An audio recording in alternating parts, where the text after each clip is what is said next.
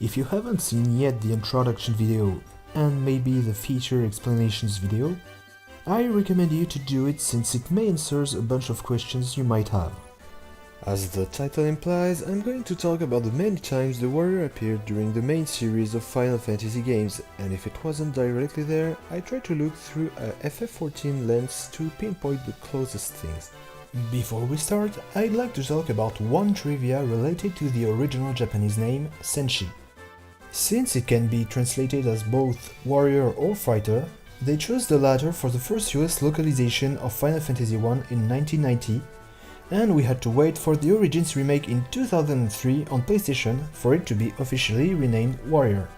The Warrior was always a strong character class wearing the heaviest armors and weapons, privileging HP, strength, and more or less defense, having either none or low magical abilities and stats, and often average or below average speed.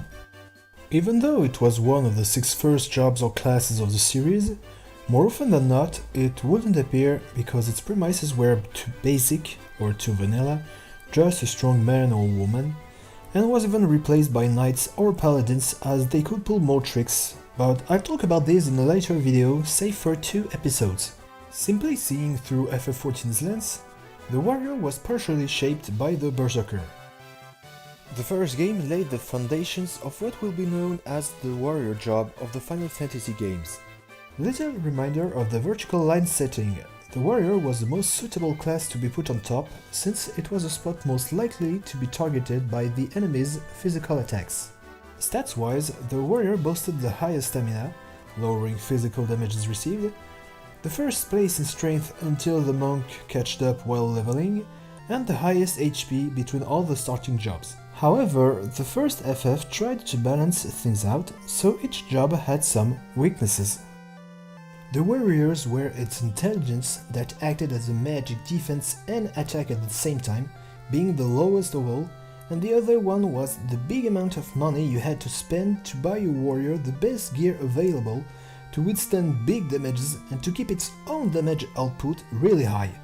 But at least the EXP grinding made it up for it. Last things to add about the original NES sprites.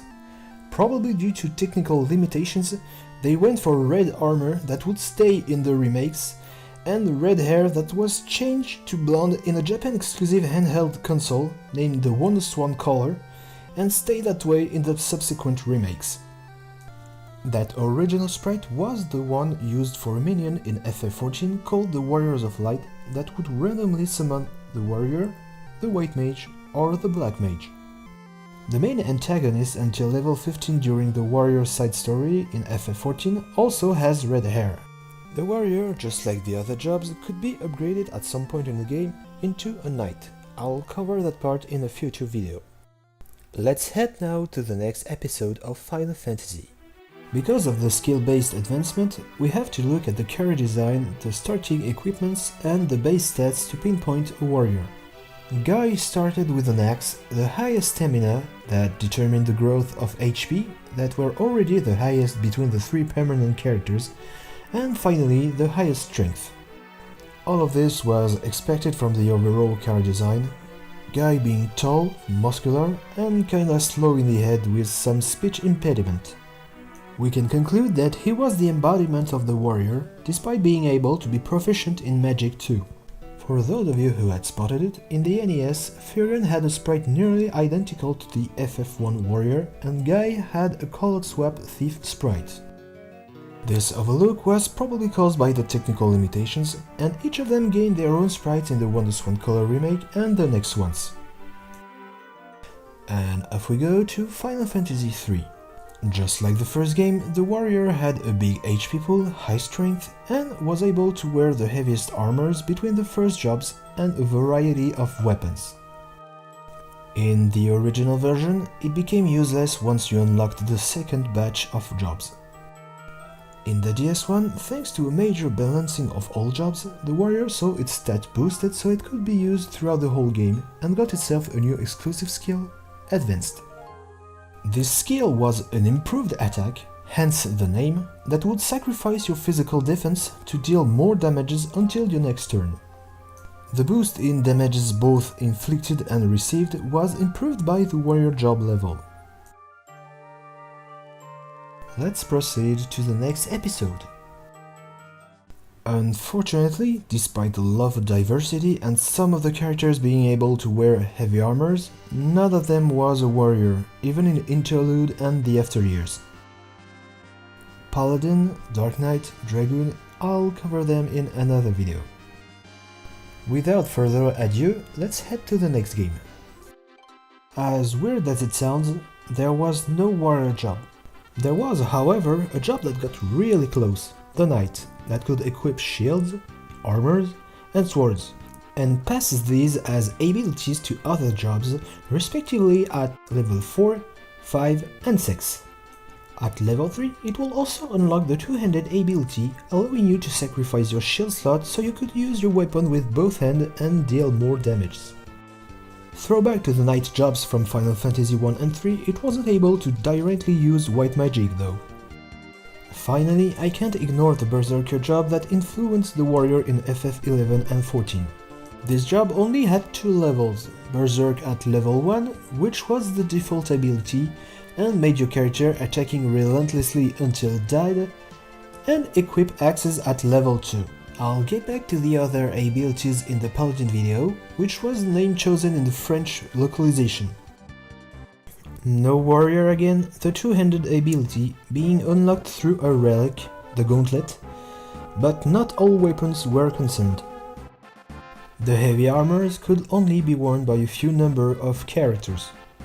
Talking about Cian, in the original SNES US localization named Final Fantasy III, he wasn't classified as a samurai but as a warrior. That was of course fixed in the subsequent remakes.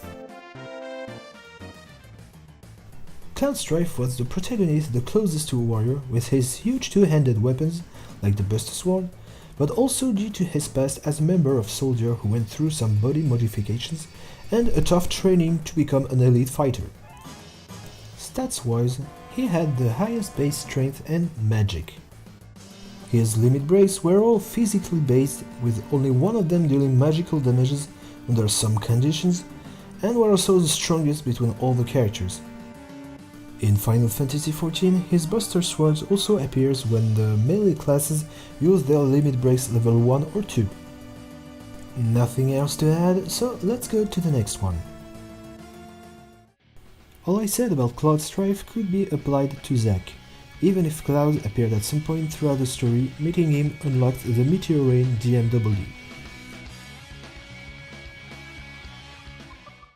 Looking through base stats, the character design and the weapons associated, the character that somewhat got close to a warrior was Road Mail, Rodo Toko in Japanese, as he used Electromag Road, was a bike game member before joining the Turks, had an informal and crude way of speaking, and base stats just a bit more physical damages oriented. The other FF7 characters appeared more or less throughout the game, but we can't say there was any warrior in it. Following the 7th game's logic, FF8's protagonist closest to the warrior was Squall Leonhardt, wielding his iconic gunblade, which he uses with both hands most of the time. Story-wise, he was a member of a military school called Balam Garden, raising special soldiers named Sid, hence the Garden part of the name, to fight against sorcerers or as mercenaries. Stats-wise, if we just overlook the fact that he was the only permanent character to stay at the highest hit accuracy value at all time, which was 255%, yes, I know, he still was the one starting with the highest HP pool and vitality, which acted as physical defense. His limit breaks also showed off his gunblade abilities like Cloud with his Buster Sword in FF7.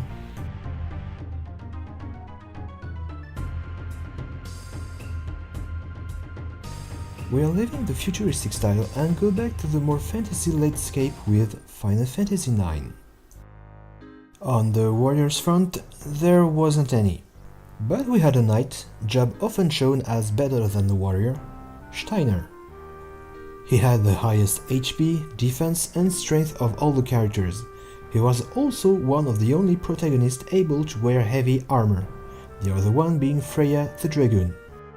One of his exclusive skill sets was Sword Art, that comprised some newcoming abilities aimed at crippling magical and physical enemy power, Magic Break and Power Break, as well as defenses Armor Break and Mental Break, a Dark Knight skill, Dark Side, and even a Samurai one, Yai Strike.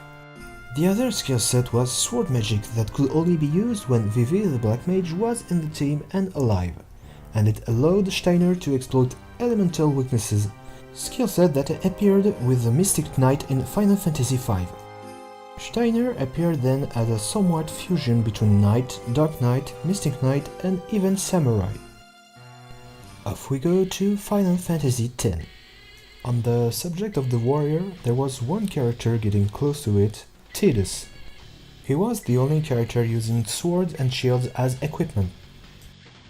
Stats-wise, he had access to nodes aimed at improving his fighter potential, such as accuracy, agility, which was speed, and evasion, but also strength, even though Auron had more of the latter on his side, and also the stats-crippling abilities Steiner had in FF9. His overall fighting style is important to remember for the next game. The warrior dress sphere was one of the 4 primal dress spheres you had at the beginning of the game. Also, Pain's default design in cutscenes was her warrior one. As I pointed out previously, Yuna mimicked Tidus every move, whether when attacking or the victory pose, as well as some of his replies, and her sword was Brotherhood, the iconic sword used by Tidus in cutscenes. This job had rather high strength and defense stats, even if others were better, but it had the break skills from FF10 and especially Sentinel that will allow you to sustain only 1 damage from physical attacks until your next turn. It also had access to a set of elemental skills like Steiner's Sword Magic in Final Fantasy IX and the Mystic Knight in FF5. Next!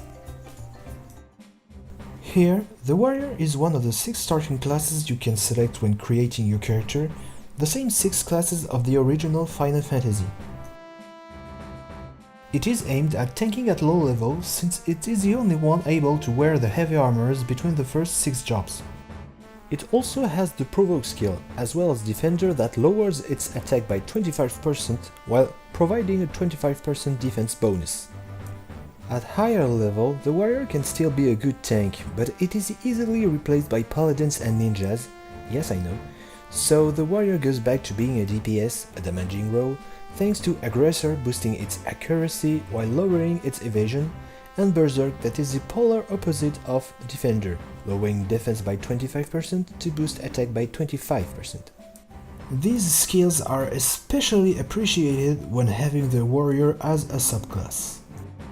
The idea of mixing the warrior and the berserker archetypes will be used again in FF14. About the combat skills, the warrior has the most diversity in weapons proficiency, 13 different weapons and none of them lower than D, meaning that it's one of the best jobs to raise your side job skill caps. And of course, A- proficiency in axes, and it's the only job with A+ in great axes. You can guess why they gave great axes to warriors in FF14. As every character could buy all the licenses, save for the Espers and Limit Breaks, there wasn't any real warrior, so we need to look up at the character design and starting stats, equipments and licenses.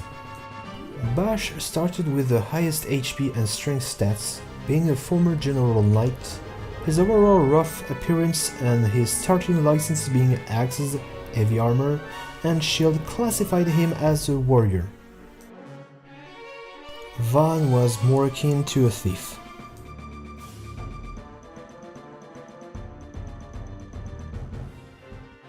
Even though the melee units usually regrouped skills associated with melee class jobs from previous Final Fantasy games, there was no warrior in the protagonist's roster. Of the 6 roles, one of them revolved around dealing the highest possible damages, the Commando. Considering it as the warrior can be a stretch, as it could also use neutral type magic Ruin and Runga, the AoE version. It was usually paired with another role called the Ravager, that relied on elemental skills and spells. The Ravager was useful for filling the chain gauge faster, despite its lower damage output, whereas the Commando had to slow down the gauge depletion until the enemy gets into a stagger state. The Ravager could then keep on adding more bonus to the chain gauge as the Commando saw his damages going ever higher. Between the 6 heroes, Lightning was the one more fitting to the warrior stereotype, with her sword, her affinity with the Commando role, and Ravager in a lesser way, but also thanks to her backstory as an elite soldier and her Eidolon Odin. Eidolons were this episode's summons. Fang was the character with the best strength growth, but her using spears as weapons fitted her into the dragon archetype. Because of having only 2 main characters, they both had a lot of abilities and were quite hard to associate with the known FF job. Stats-wise, Noel had more HP and strength, but he was also able to be a good healer and synergist, the team buffing role, thanks to his array of effect spells. Even his exclusive commando skill, Meteor Javelin, was reminiscent of the dragon rather than the warrior. In Lightning's DLC, where she fought against Caius, the main antagonist, she had access to improved version of the main game roles, the commando being called Paladin and the sentinel named Knight. No comment. You could unlock her in the main game as a commando monster if you completed twice her 2 fights with a 5 stars rating. Lightning's design in this game already made her appear as a warrior or a knight, but you still could find the Amazon warrior garb that had Soul of the Warrior, which upgraded your HP and attack power. Also, that great axe made of ice used by Snow has been added to FF14 as a warrior weapon through an event, but it's now only available through the mod shop.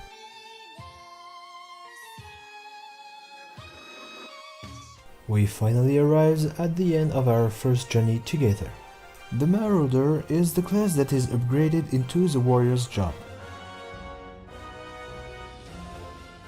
Like Final Fantasy XI, the warrior acts as a tank, a protecting role, aimed at keeping the enemy's attention, usually called aggro, boasting high HP pool and wearing heavy armors, allowing them to withstand damages healers or DPS never could.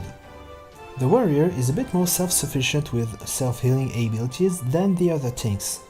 As opposed to the 11th, it still can tank really efficiently all along its leveling thanks to a self-buff called Defiance. Unlocked almost at the same time as the warrior crystal job, it boosts your HP and the healing received while lowering your damage output. And it gets another self-buff called Deliverance, not stackable with Defiance, that improves your damage's output without any real penalty on survivability. These self-buffs work in a similar way. When you perform combos, you stack resources to execute some skills when reaching 5, or just sit on them to have a 2% critical chance boost per stack. Called Wrath while in Defiance, the skills improve your taking potential, like Inner Beast that lowers the damage taking for 6 seconds after using it, while also providing a bit of self-healing for the amount of damages it did, or Steel Cyclone that is an AoE with aggro bonus.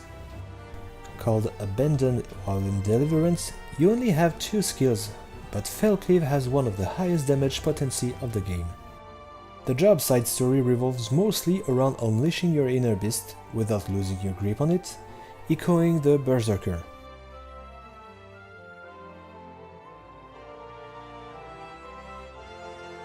The warrior job in FF14 is a tank through and through, thanks to his aggro boosting skills and abilities, his traits, and geared up with heavy armors, with an emphasis on being able to go berserk, leisurely, to get some really nice damage output even though not as high as DPS jobs.